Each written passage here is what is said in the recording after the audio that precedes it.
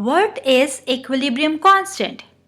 Equilibrium constant क्या है, चलिए definition से जानते हैं. The ratio of the rate constant of the forward reaction to the rate constant of the reverse reaction is called equilibrium constant. Friends, equilibrium constant दर हकीकत ratio है rate constant of the forward reaction, जिसे K F से denote किया जाता है, to the rate constant of the reverse reaction के दरमियान, जिसे के आर से डिनोट किया जाता है. आप देख सकते हैं स्क्रीन पर, यहाँ पर लिखा गया है के सी, जो कि इक्विलिब्रियम कांस्टेंट को डिनोट कर रहा है, वो इक्वल है के एफ, जो कि rate constant for the forward reaction को डिनोट कर रहा है, और के आर, जो कि rate constant of reverse reaction को डिनोट करता है.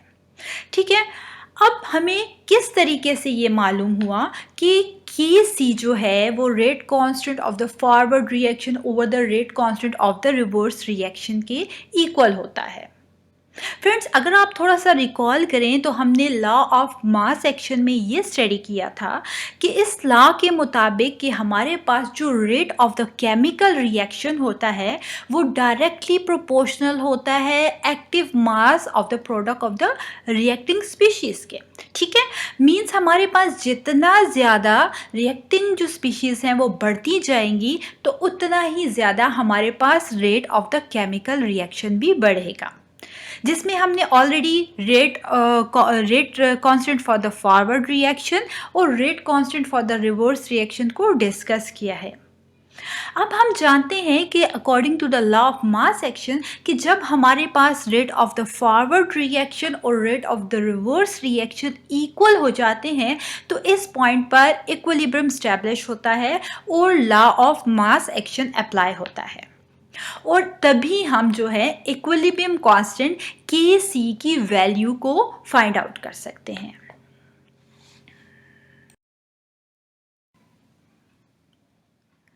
कंसीडर करते हैं जर्नल रिएक्शन को. जैसे कि आप देख सकते हैं स्क्रीन पर कि यहाँ पर एक रिवर्सिबल रिएक्शन हो रहा है. रिवर्सिबल रिएक्शन क्या होता है, ऑलरेडी हम अपनी प्रीवियस वीडियोस में डिस्कस कर चुके हैं कि रिवर्सिबल रिएक्शन वो रिएक्शन होता है जब रिएक्टेंट कंबाइन होकर प्रोडक्ट में कन्वर्ट होते हैं और प्रोडक्ट अगेन रिकम्बाइन होकर रिएक्टेंट में कन्वर्ट होते हैं.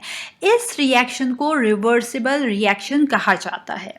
ठीक है, अब आप देख सकते हैं कि इस रिवर्सिबल रिएक्शन में रिएक्टेंट ए के ए मोल कंबाइन करते हैं रिएक्टेंट बी के बी मोल के साथ, और एज अ रिजल्ट हमारे पास जो प्रोडक्ट फॉर्मेशन होती है वो है हमारे पास प्रोडक्ट सी के सी मोल और प्रोडक्ट डी के डी मोल्स जो हैं फॉर्म हो रहे हैं. ठीक है, आप देख सकते हैं अगर इस जर्नल इक्वेशन को हम अप्लाई करते हैं केमिकल रिएक्शन में, जैसे कि आप देख सकते हैं यहाँ पर कि हाइड्रोजन कंबाइन कर रहा है आयोडीन के साथ, दोनों गैसियस फॉर्म में हैं, और एज अ रिजल्ट हमारे पास इस क्लोज कंटेनर में जो प्रोडक्ट फॉर्मेशन हो रही है वो है 2 moles of the hydrogen iodide. अब यहाँ पर कितने मोल्स इन्वॉल्व हैं इस केमिकल रिएक्शन में, तो आप देख सकते हैं कि हाइड्रोजन के साथ क्योंकि कुछ नहीं लिखा हुआ, means 1 mole of hydrogen combine कर रहा है 1 मोल ऑफ आयोडीन के साथ, और एज अ रिजल्ट जो प्रोडक्ट फॉर्मेशन इस रिवर्सिबल रिएक्शन में हो रही है वो है हमारे पास 2 moles of the hydrogen iodide.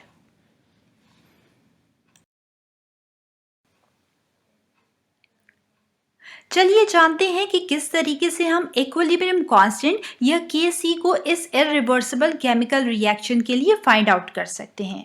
हम जानते हैं कि इक्विलिब्रियम कांस्टेंट के सी इक्वल होता है rate constant of the forward reaction to the rate constant of the reverse reaction के, और ये हमारे पास इक्वल होता है molar concentration of the product over the molar concentration of reactant. हम जानते हैं कि यहाँ पर हमारे पास जो प्रोडक्ट है, ठीक है, इस इरिवर्सिबल केमिकल रिएक्शन में हम जानते हैं कि हाइड्रोजन आयोडाइड की फॉर्मेशन हो रही है. इसे हम किस तरीके से लिखेंगे, सबसे पहले स्क्वायर ब्रैकेट में हम लिखेंगे हमारे पास जो प्रोडक्ट है वो है हाइड्रोजन आयोडाइड. ये स्क्वायर ब्रैकेट जो है ये मोलर कंसंट्रेशन को शो कर रहे हैं, या इन सिंपल वर्ड्स ये हम बता सकते हैं कि number of moles, molar concentration या एक्टिव मास जो है वो सेम थिंग है। ठीक है, अब number of moles hydrogen iodide की कितने फॉर्म हो रहे हैं? 2 मोल्स ऑफ हाइड्रोजन आयोडाइड। याद रखिए फ्रेंड्स कि हमारे पास जो नंबर ऑफ मोल्स हैं, जब हम यहाँ पर इसे लिखेंगे तो पावर की फॉर्म में नंबर ऑफ मोल्स को लिखा जाएगा। यही वजह है कि ब्रैकेट के बाहर अगर आप देखें तो 2 जो पावर में लिखा गया है ये number of moles of product को डिनोट कर रहा है। इसके बाद अगर हम बात करते हैं कि ओवर हमारे पास रिएक्टेंट आते हैं। रिएक्टेंट हमें मालूम है कि इस इरिवर्सिबल केमिकल रिएक्शन में हमारे पास हाइड्रोजन है 1 मोल है, 1 मोल है। यही वजह है कि हमने ब्रैकेट से बाहर उसके ऊपर 1 लिखने की ज़रूरत नहीं है, क्योंकि हमें मालूम है कि जब कुछ नहीं लिखा जाता मीन्स वो 1 मोल होता है। तो यहाँ पर 1 मोल ऑफ हाइड्रोजन जो है वो यूटिलाइज हो रहा है और 1 मोल ऑफ आयोडीन यहाँ पर यूटिलाइज हो रहा है इररिवर्सिबल केमिकल रिएक्शन में। ठीक है, ये तरीका है फ्रेंड्स जिसके जरिए हम बता सकते हैं कि इक्विलिब्रियम कांस्टेंट जो है इस तरीके से हम डिनोट करते हैं। डिस्कस करते हैं यूनिट ऑफ इक्विलिब्रियम कांस्टेंट को। फ्रेंड्स, इक्विलिब्रियम कांस्टेंट का क्या कोई यूनिट होता है या नहीं होता, इसी को हम यहाँ डिस्कस करेंगे। जैसे कि हम जानते हैं कि इक्विलिब्रियम कांस्टेंट जो है एक रेशियो है, और ये रेशियो जो है rate constant of forward reaction और to the rate constant of the reverse reaction के दरमियान है। इम्पॉर्टेंट पॉइंट यहाँ नोट करने का ये है कि फ्रेंड्स जब कभी हमारे पास number of moles of reactant और number of moles of product same होंगे या इक्वल होंगे तो इस केस में हमारे पास इक्विलिब्रियम कांस्टेंट का कोई यूनिट नहीं होगा। फॉर एग्जाम्पल, हमारे पास अगर 2 मोल्स ऑफ रिएक्टेंट और 2 मोल्स ऑफ प्रोडक्ट होंगे तो इस केस में ये दोनों जो रिएक्टेंट और प्रोडक्ट हैं एक दूसरे को कैंसिल आउट कर देंगे और एज अ रिजल्ट केसी का कोई यूनिट नहीं होगा। लेकिन अगर हमारे पास number of moles of reactant और number of moles of product एक दूसरे से डिफरेंट होंगे तो इस केस में डेफिनेटली इक्विलिब्रियम कांस्टेंट का कोई ना कोई यूनिट होगा। क्यों यूनिट होगा? फ्रेंड्स याद रखें कि इक्विलिब्रियम कांस्टेंट Kc जो है ये डिपेंड करता है मोलर कंसंट्रेशन ऑफ रिएक्टेंट और प्रोडक्ट, या सिंपल वर्ड्स में हम ये कहेंगे कि इक्विलिब्रियम कांस्टेंट डिपेंड करता है number of moles of reactant और प्रोडक्ट पे। चलिए इसे बेहतर तौर पर समझते हैं एक केमिकल रिएक्शन के जरिए। आप देख सकते हैं कि यहाँ पर एक रिवर्सिबल रिएक्शन हो रहा है। हाइड्रोजन का 1 मोल रिएक्ट कर रहा है 1 मोल ऑफ आयोडीन के साथ एट 450 डिग्री सेल्सियस पे, और हमारे पास प्रोडक्ट फॉर्म हो रहा है 2 moles of hydrogen iodide. Friends, अगर इस केमिकल रिएक्शन को, इररिवर्सिबल रिएक्शन को हम देखें तो यहीं से हम ये जान सकते हैं कि यहाँ पर 2 मोल्स जो हैं 1 मोल ऑफ हाइड्रोजन और 1 mole of iodine means 2 moles of reactant combine हो रहे हैं और प्रोडक्ट में 2 moles of hydrogen iodide formation हो रहे हैं।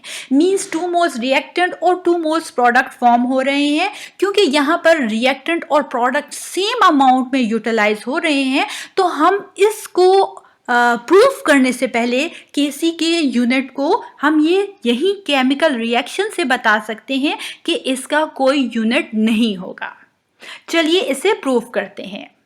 अब हम जानते हैं कि इक्विलिब्रियम कांस्टेंट Kc जो होता है वो इक्वल होता है product of the molar concentration of product over the molar concentration of reactant.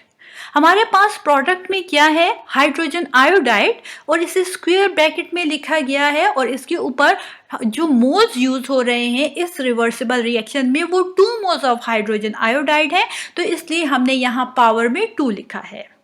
जबकि रिएक्टेंट जो है हमारे पास 1 मोल ऑफ हाइड्रोजन और 1 मोल ऑफ आयोडीन यूटिलाइज हो रहा है, और आप देख सकते हैं यही वजह है कि स्क्वायर ब्रैकेट में हमने हाइड्रोजन और आयोडीन लिखा है। याद रखें कि कंसंट्रेशन के लिए जो यूनिट यूज होता है वो है मोल पर क्यूबिक डेसीमीटर। अब यहाँ पर ये बात याद रखने की है कि हर नंबर ऑफ मोल के लिए, हर एक नंबर ऑफ मोल के लिए हम हर दफ़ा मोल पर क्यूबिक डेसीमीटर लिखेंगे। जैसे कि आप देख सकते हैं कि प्रोडक्ट में जो हाइड्रोजन आयोडाइड है ये 2 मोल्स ऑफ हाइड्रोजन आयोडाइड है। यही वजह है कि 2 टाइम्स मैंने मोल पर क्यूबिक डेसीमीटर लिखा है। ठीक है, फिर रिएक्टेंट में आप देखेंगे कि 1 मोल ऑफ हाइड्रोजन है। यही वजह है कि मैंने 1 टाइम हाइड्रोजन मोल पर क्यूबिक डेसीमीटर एक दफ़ा हाइड्रोजन के लिए लिखा है और दूसरी दफ़ा आयोडीन के लिए मोल पर क्यूबिक डेसीमीटर लिखा है। आप देख सकते हैं कि यहाँ पर नोमिनेटर और डिनोमिनेटर दोनों में 2 टाइम्स जो है हमारे पास मोल पर क्यूबिक डेसीमीटर है, जो कि एक दूसरे को कैंसल आउट कर लेगा और as a result equilibrium constant Kc का कोई यूनिट नहीं होगा। ऑलरेडी हमने डिस्कस किया है ये कि जब हमारे पास number of moles of reactant और प्रोडक्ट सेम होंगे तो इस केस में Kc का कोई यूनिट नहीं होगा और ये हमने यहाँ प्रूफ कर लिया।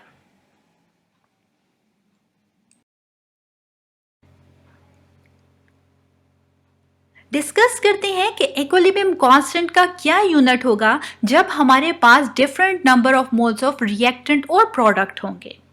जैसे कि आप देख सकते हैं कि यहाँ पर 1 मोल ऑफ नाइट्रोजन रिएक्ट कर रहा है 3 मोल्स ऑफ हाइड्रोजन के साथ और as a result 2 moles of ammonia formation हो रही है। इस केस में जब हमारे पास 4 मोल्स ऑफ रिएक्टेंट है, जैसे कि आप देख सकते हैं कि 1 मोल नाइट्रोजन और 3 moles of hydrogen means 4 mole reactants हैं और हमारे पास 2 moles of ammonia means 2 moles of product formation हो रही है। यहाँ पर number of moles of reactant और प्रोडक्ट डिफरेंट हैं, तो इस केस में हमारे पास इक्विलिब्रियम कांस्टेंट Kc का क्या यूनिट होगा। चलिए फॉर्मूला में इसे पुट करते हैं। इक्विलिब्रियम कांस्टेंट हम जानते हैं इक्वल होता है molar concentration of the product over the molar concentration of reactant के। और अगर आप यहाँ देखें तो स्क्वायर ब्रैकेट में हमने प्रोडक्ट को लिखा है जो है हमारे पास अमोनिया और पावर 2 हमने लगाया है जो कि डिनोट कर रहा है 2 मोल्स ऑफ अमोनिया फॉर्मेशन को। और रिएक्टेंट में हमारे पास नाइट्रोजन है और हाइड्रोजन है। यहाँ पर 1 मोल ऑफ नाइट्रोजन है। यही वजह है कि स्क्वायर ब्रैकेट में सिर्फ हमने नाइट्रोजन लिखा है, 1 मोल को इग्नोर करते हैं। ठीक है, फिर 3 मोल्स ऑफ हाइड्रोजन है। आप देख सकते हैं कि हाइड्रोजन के हमने जो स्क्वायर ब्रैकेट के बाहर 3 डाला है पावर की सूरत में। ये 3 डिनोट कर रहा है हमारे पास number of moles of hydrogen को। ठीक है, अब कंसंट्रेशन के लिए हम जानते हैं जो यूनिट यूज होता है वो है मोल पर क्यूबिक डेसीमीटर। और ऑलरेडी हमने डिस्कस किया कि हम हर जो नंबर ऑफ जो रिएक्टेंट या प्रोडक्ट है उसके हर एक नंबर ऑफ मोल के लिए हम ये कंसंट्रेशन के यूनिट को लिखेंगे। आप देख सकते हैं कि 2 मोल्स ऑफ हमारे पास अमोनिया फॉर्मेशन हो रही है प्रोडक्ट में। यही वजह है कि हमने नॉमिनेटर में 2 टाइम्स मोल पर क्यूबिक डेसीमीटर लिखा है। जबकि रिएक्टेंट में आप देख सकते हैं कि 1 मोल ऑफ नाइट्रोजन और 3 मोल्स ऑफ हाइड्रोजन रिएक्ट कर रहे हैं और 4 टाइम्स हमारे पास 4 मोल्स यूटिलाइज हो रहे हैं। यही वजह है कि 4 टाइम्स मैंने मोल पर क्यूबिक डेसीमीटर को लिखा है। अब नॉमिनेटर और डिनोमिनेटर में 2 टाइम्स जो हैं ये एक दूसरे को कैंसल आउट कर लेंगे और 2 टाइम्स आप देख सकते हैं कि डिनोमिनेटर में हमारे पास मोल पर क्यूबिक डेसीमीटर बाकी रह जाता है। अब हमारे पास इक्विलिब्रियम कांस्टेंट का यूनिट यहाँ से प्रूव हो गया कि ये है हमारे पास 1 ओवर मोल पर क्यूबिक डेसीमीटर स्क्वायर। या इसे हम कुछ इस तरीके से भी लिख सकते हैं कि अगर हम इसको डिनोमिनेटर से नॉमिनेटर में ये यूनिट को लेके जाएंगे तो हम इसे कुछ इस तरीके से लिखेंगे मोल और ऊपर पावर में लिखेंगे -2 और फिर हमारे पास dm क्यूब पावर में लिखेंगे +6। +6 किस तरीके से आया आप देख सकते हैं कि क्यूबिक डेसीमीटर के साथ स्क्वायर है तो ये 3 2 6 हमारे पास आ जाता है। अब यहाँ से ये प्रूव हो गया कि जब हमारे पास number of moles of reactant और प्रोडक्ट डिफरेंट होते हैं तो इस केस में हमारे पास इक्विलिब्रियम कांस्टेंट Kc का डेफिनेटली यूनिट मौजूद होता है, क्योंकि इक्विलिब्रियम कांस्टेंट Kc डिपेंड करता है कंसंट्रेशन ऑफ रिएक्टेंट और प्रोडक्ट पे।